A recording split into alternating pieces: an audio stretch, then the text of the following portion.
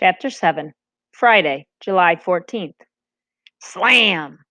Four orange life jackets came sailing down to the deck of the crew quarters. Will came awake with a start. He sat up and was nearly tossed from his berth by the rolling of the cabin. Personal flotation devices, barked Mr. Radford. Get dressed and get in 'em. Will's heart was in his throat. Is the boat sinking? They're called waves, snarled the mate. Maybe you've heard of them? Now hurry up. The four boys got themselves ready in a tangle of elbows and knees. On deck, they found Lissa on her hands and knees at the gunwale, throwing up over the side. It was the one sight that could have brought a smile to Will's grave face. Mom and Dad always tell us, find what you do best and do your best with it. You're turning into a real whiz at barfing, Lissa. Lissa was too weak to fire off a retort. Good morning, bellowed the captain from the cockpit.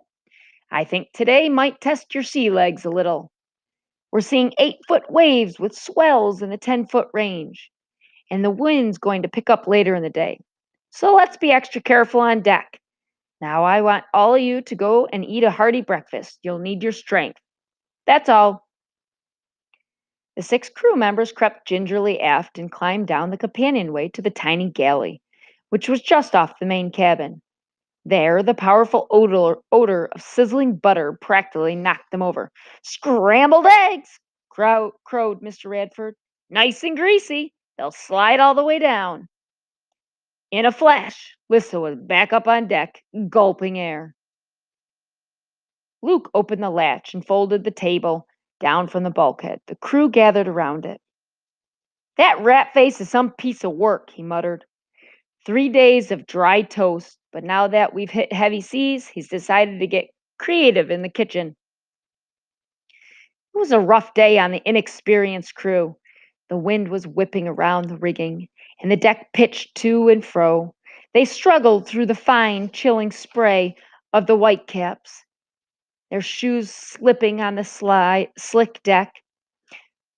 By 1100 hours, Will was beside his sister at the railing, giving up his scrambled eggs to the Pacific.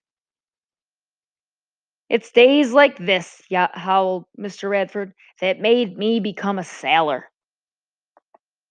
The Phoenix tacked, sailing close hauled at an angle, first to port, then to starboard. It's called beating to windward, the captain explained. We can get where we're going in a zigzag without ever having to sail into the wind. The constant change in direction meant a lot of work on the sails. Their hands were raw and bleeding by the time Mr. Radford called lunch. The meal was another rough weather masterpiece, liver and onions with canned succotash. The mate took great delight in watching the faces turn green. Ian and JJ barely touched their food, but Luke refused to give Radford the satisfaction of hearing him say uncle. He sat across the table from the cook, glaring into his eyes and matching a mouthful and mouthful. Ready for seconds? Challenged the mate. Bring it on, replied Luke, tight-lipped. The wind got stronger. Captain Cascaden ordered the sails trimmed and took down the 2 jibs on the bowsprit. By this time, the swells were reaching 12 feet.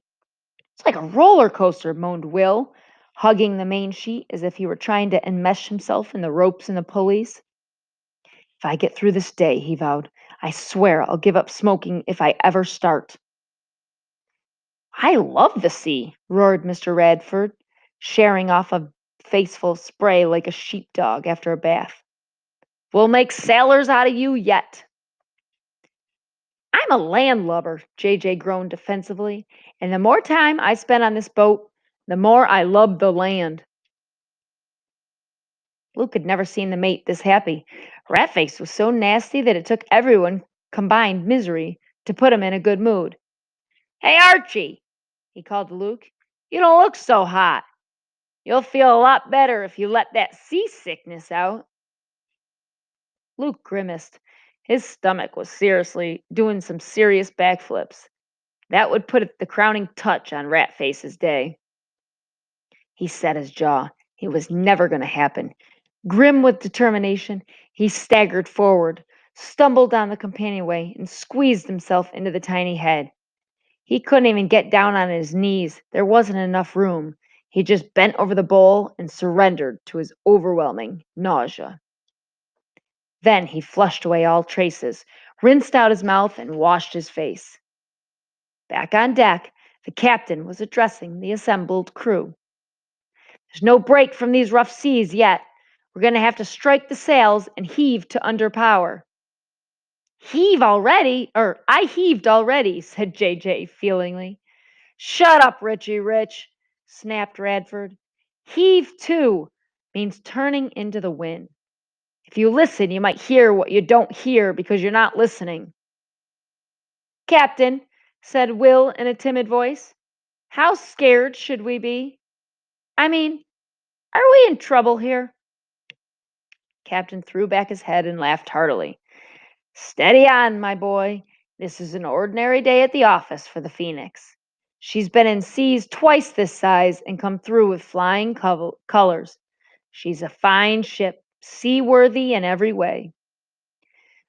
So down come the sails. No one felt like eating, but the captain ordered toast and ginger ale for all hands. The swells were reaching 15 feet, standing near the bow. It looked as if the sea were opening up to swallow the Phoenix. The troughs between the waves were so low that for a second there was dead calm down there. No wind, no spray. It was the eeriest part. Luke actually found himself yearning for the blustery chaos atop the crests. Ian was the first to decide to ride out the rough seas, strapped into his bunk. He disappeared down the companionway. A moment later, there was a blood-curdling scream. We're sinking! We're sinking! Mr. Radford ran over to the companionway. Take it easy, Archie. We're not sinking. He looked down and saw the boy standing up to his ankles in water. Holy skipper, we've got water in the crew cabin. Captain Cascaden turned on the bilge pump and grabbed the person close to him. Crewman, take the wheel. Will stared at him in shock and in horror. But I don't know how to drive. We're in the open Pacific, the captain assured him. You're not going to hit anything. Just hold her steady. I'll be right back. Will stood there with an iron grip on the wheel. The captain hurried below. A leak? He asked his mate. Negative. Lissa jumped down the companionway to the girls' quarters. No water in here, Captain, she called. Captain Cascaden opened the door to the head. 8 inches of water poured out onto the cabin. The toilet bowl was full and overflowing. Seawater surged out of the flusher pump with each wave that hit the boat. The captain reached down and twisted the lever on the pump. False alarm, Mr. Radford! Somebody forgot to close the valve. I'll kill him, threatened the mate. You'll do no such thing, chuckled the captain. In fact, I don't even want to know who it was. Get a pump and bail out this cabin. A bell went off in Luke's mind. He pictured himself sick as a dog, but determined that Ratface would never find out about his Technicolor yawn. He'd put so much energy into cleaning up the evidence that he'd forgotten to shut the valve. Guilty, he volunteered for the worst job in the pumping operation. His pants rolled up to his knees, he stood in the head, holding the sucking tube, and tried not to fall in the toilet as the deck tossed under his feet. Mr. Radford ranted through the whole business. How many times do I have to tell you to close that valve? Does anybody have a brain on this ship? It was torture, Luke thought, but it was better than having to confess that it was all his fault.